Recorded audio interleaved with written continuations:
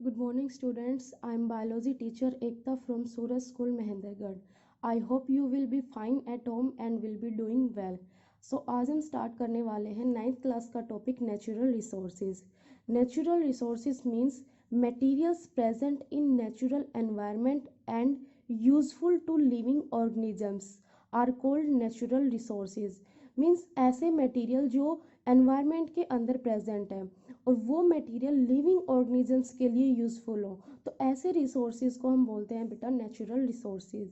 उसके बाद आता है कि फिजिकल रिसोर्सेज और बायोलॉजिकल रिसोर्सेज क्या होते हैं.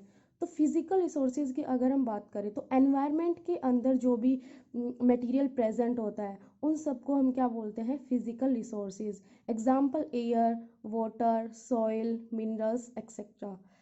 सेकंड आता है बायोलॉजिकल रिसोर्सेज. बायोलॉजिकल यानी कि बायो मीन्स लाइफ, यानी कि जो भी लिविंग ऑर्गेनिजम्स हैं वो सारे किसके अंदर आएंगे, बायोलॉजिकल रिसोर्सेज के अंदर.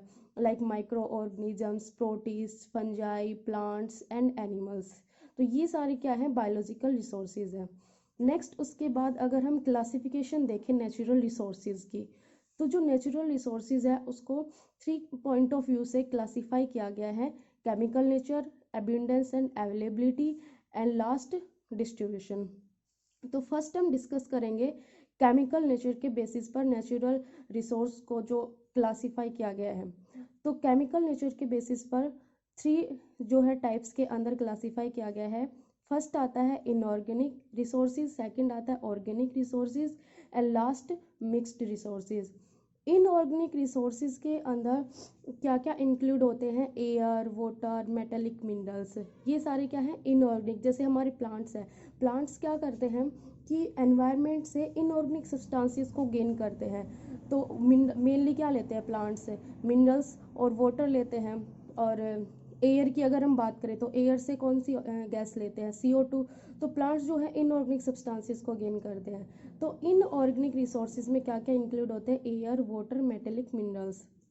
सेकंड आता है ऑर्गेनिक रिसोर्सेज. तो ऑर्गेनिक जो रिसोर्सेज होते हैं means like carbohydrate, proteins, lipids. तो प्लांट्स और एनिमल्स इसके अंदर इंक्लूड होते हैं, बिकॉज प्लांट्स बॉडी के अंदर भी और एनिमल बॉडी के अंदर भी दोनों के ही अंदर क्या प्रेजेंट होता है, organic material like carbohydrate, proteins, lipids, vitamins, ये सारे. तो ऑर्गेनिक रिसोर्सेज का एग्जाम्पल क्या हो जाएगा, प्लांट्स और एनिमल्स. लास्ट आता है मिक्स्ड. मिक्स्ड यानी कि जिसके अंदर इनऑर्गेनिक सब्सटेंसेस भी हों और ऑर्गेनिक सब्सटेंसेस भी हों. ठीक है ना, इनऑर्गेनिक रिसोर्सेज भी ऑर्गेनिक रिसोर्सेज भी दोनों मिक्स हो. तो ऐसा एग्जांपल आता है सॉइल का. तो ये है केमिकल नेचर के बेसिस पर नेचुरल रिसोर्सेज. सेकंड आता है अबंडेंस एंड अवेलेबिलिटी. अबंडेंस और अवेलेबिलिटी के बेसिस पर 2 टाइप्स के अंदर डिवाइड किया गया है नेचुरल रिसोर्सेज को, इनएग्जिस्टेबल और एग्जिस्टेबल. ठीक है, तो इनएग्जिस्टेबल यानी कि जो कभी ना ख़त्म हो. ठीक है ना, जो कभी ख़त्म ना होने वाला, कभी ख़त्म ना होने वाली रिसोर्सेज. तो इसमें एग्जांपल आते हैं जैसे सोलर एनर्जी. सोलर जो एनर्जी है वो कहाँ से मिलती है, सन से मिलती है. तो सन से जो सोलर एनर्जी आ रही है ये कभी भी मतलब एग्जिस्टेबल मतलब कि इनएग्जिस्टेबल है, यानी कि कभी भी ये ख़त्म नहीं होने वाली. सेकंड आता है एयर, वाटर. तो ये सारे क्या हो गए, इनएग्जिस्टेबल यानी कि ह्यूमन एक्टिविटीज से ये ख़त्म नहीं हो सकते. उसके बाद सेकंड आता है बेटा एग्जिस्टेबल. मीन्स यानी कि ह्यूमन एक्टिविटीज़ की वजह से ये क्या हो सकती है, एक टाइम ऐसा आएगा कि मतलब ख़त्म हो सकती है. बट इसको भी अगेन 2 टाइप्स के अंदर डिवाइड किया गया है, रिन्यूएबल और नॉन रिन्यूएबल. रिन्यूएबल का मतलब कि मतलब रिसाइकिल की वजह से वो दोबारा से उसको रिन्यू किया जा सकता है, जैसे सॉइल हो गया, natural vegetation, wild life, humans. तो ये सारे क्या है, रिन्यूएबल है. जैसे कि अब एक एग्जांपल लेकर के देखते हैं, जैसे सॉइल है. सॉइल के अंदर क्या होते हैं, मिनरल्स होते हैं. मिनरल्स क्या है, इनऑर्गेनिक सब्सटेंसेस है. तो हमारे प्लांट्स क्या करते हैं कि इनऑर्गेनिक सब्सटेंसेस को कहाँ से, सॉइल से लेकर के फिर प्लांट्स उसको कन्वर्ट कर देते हैं ऑर्गेनिक सब्सटेंसेस के अंदर. अब मान लो कि प्लांट्स की डेथ हो गई, डिके हो जाता है, तो उसके बाद क्या हो गया, बैक्टीरिया और जो फंजाई है उसको फिर से इनऑर्गेनिक सब्सटेंसेस में कन्वर्ट कर देगा. तो सॉइल जो है बार बार एक तरीके, सॉइल जो मटेरियल है वो बार बार क्या हो रहा है, रिन्यू हो रहा है, रिसाइकिल हो रहा है. ठीक है. सेकंड आता है नॉन रिन्यूएबल, यानी कि ये एक बार अगर ख़त्म हो गए तो उसके बाद ये रिन्यू नहीं हो सकते. इसके अंदर एग्जांपल आएगा मिनरल्स और फॉसिल फ्यूल्स।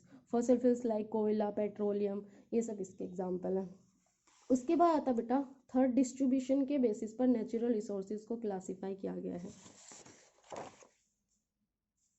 तो डिस्ट्रीब्यूशन के बेसिस पर 3 टाइप्स के नेचुरल रिसोर्सेज होते हैं, नेशनल रिसोर्सेज, मल्टीनेशनल रिसोर्सेज और इंटरनेशनल रिसोर्सेज। मल्टीनेशनल रिसोर्सेज के नेशनल रिसोर्सेज के अंदर क्या क्या आते हैं, मिनरल्स हो गया, लैंड्स हो गया। अब जैसे हमारी कंट्री है, हमारे नेशन के अंदर मिनरल्स भी है, लैंड्स भी है, तो ये क्या हो गए नेशनल रिसोर्सेज। सेकंड आता है मल्टी नेशनल रिसोर्सेज, यानी कि मतलब कि 2-3 नेशंस के बीच में क्या हो, जो रिसोर्सेज है वो शेयर हो। जैसे कि कुछ एक रिवर्स होती हैं, certain lakes, migratory animals. Migratory animals का होता है कि कुछ एक एनिमल्स क्या करते हैं कि माइग्रेट कर जाते हैं, यानी कि एक एरिया से दूसरे एरिया के अंदर, मान लो कि one nation to another nation क्या हो जाते हैं, वो ट्रांसफ़र हो जाते हैं। ठीक है, तो ऐसे एनिमल्स को हम क्या बोलते हैं, माइग्रेटरी एनिमल्स।